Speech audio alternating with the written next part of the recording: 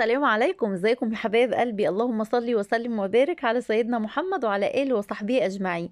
ايه رايكم بقى في طبق الفول القمر ده يا بنات؟ احنا المصريين بنعشق حاجه اسمها الفول المدمس. لازم في فطار يوم الجمعه لازم طبق الفول المدمس. في سحور رمضان كل سنه وحضراتكم طيبين وينعاد علينا وعليكم بالف خير ويمن وبركه ان شاء الله. لازم الفول المدمس في سحور رمضان. يلا بقى عشان احنا عملناه بطريقه واثقه ان شاء الله انها تعجبكم. يلا بقى عشان نقول كل التريكات وشوية حاجات أسرار بسيطة كده بتخلي الفول يطلع باللون القمر اللي انتوا شايفينه، وبيبقى يا بنات كهرمان، بيبقى زبدة بجد. يلا عشان احنا مستعجلين. بصوا يا قمرات، انا جبت نص كيلو فول. بصوا نوعية الفول اللي تختاروها. بصوا تجيبوا الفول البلدي الفاتح وما يكونش الكبير قوي، اللي هو الوسط يا بنات. يعني النص كيلو ده انا غسلته كويس جدا ونقعته يعني من 6 ل 8 ساعات. يعني انا مش فاكره انا نقعته ونمت وصحيت الصبح، يعني بتاع 8 ساعات يا بنات نقعته. وبعد النقع بقى بالحجم اللي انتوا شايفينه ده، اللي هو الحجم. لكن في فوله بتبقى قبل النقع بتبقى كبيره، البلدي الكبيره ما بتبقاش مستحبه زي البلدي الوسط، مش الصغيره بتبقى الوسط زي ما حضراتكم شايفين كده. انا غسلته، قلت لحضراتكم نقعته، كنت بغير عليه طبعا، غيرت عليه الصبح كذا مره. ورحت جايه حطاه. انا هدمس ان شاء الله النهارده الفول هندمسه في الحل. انا عندي فويله بس انا بحب تدميس الحل، باخد راحتي فيها وبتبقى ميتها مظبوطه وبتبقى جميله يا بنات.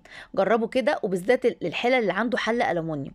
يعني مش معنى كده ان طب انا عندي ستانلس يا رودي ما ينفعش، لا طبعا ينفع اي حله شغاله، بس انا بقول لكم يعني انا بحب الالومنيوم في حاجات معينه، في تدميس الفول وفي الكيكات. يلا بقى بصوا، انا جبت هنا نص، حطيت الفول وحطيت يا بنات كوبايه فول مدشوش، طبعا ده مش منقوع مغسول بس، ونص كوبايه عدس.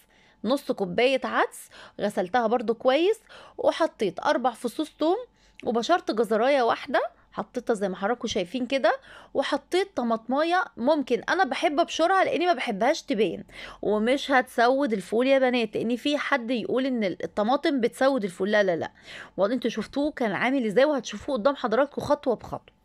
حطيت الكلام الجميل ده وعصرت الليمونه. برضو ما بحطش، هي حاجه نفسيه، انا ما بحطش الليمون.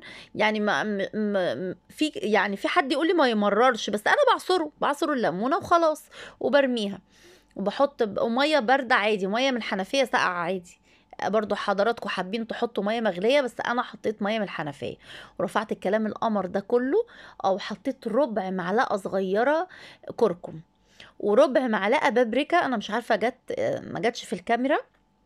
ورفعت الكلام الجميل ده على النار وسيبته يغلي كويس. طبعا في على العين اللي هي بتبقى وسط غليت حلوة قوي. وشلت الريم زي ما حضراتكم شايفين كده، شلت الريم ونقلتها على عين القهوة يا بنات. رفعت، يعني هديتها خالص خالص كأني هعمل قهوة كده، وحطيتها.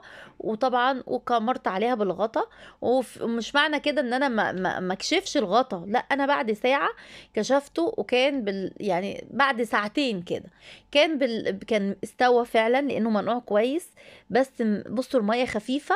انا بسيب يا بنات الفول بعد ما يستوي بالوضع اللي حضراتكم شايفينه ده، انا بسيبه تاني. ليه بقى؟ انا مش عايزه احط نشا، مش عايزه احط دقيق، مش عايزه، وفي نفس الوقت عايزه الميه تقيله. طب اعمل ايه يا رودي؟ لا سيبيه طالما هادي، شياطه كده يعني هادي خالص على العين اللي انت حطاه فيه. سيبيه انسيه 3 ساعات 4 ساعات 5 ساعات عادي. سيبيه كده بيتقل وبيبقى زي الزبده فعلا، بيبقى كهرمان يا بنات، ولونه حكايه وطعمه حكايه، كل حاجه فيه حكايه. بتمنى تجربوه، ولايك وشير لو عجبكم الفيديو. استودعكم الله الذي لا تضيع ودائعه.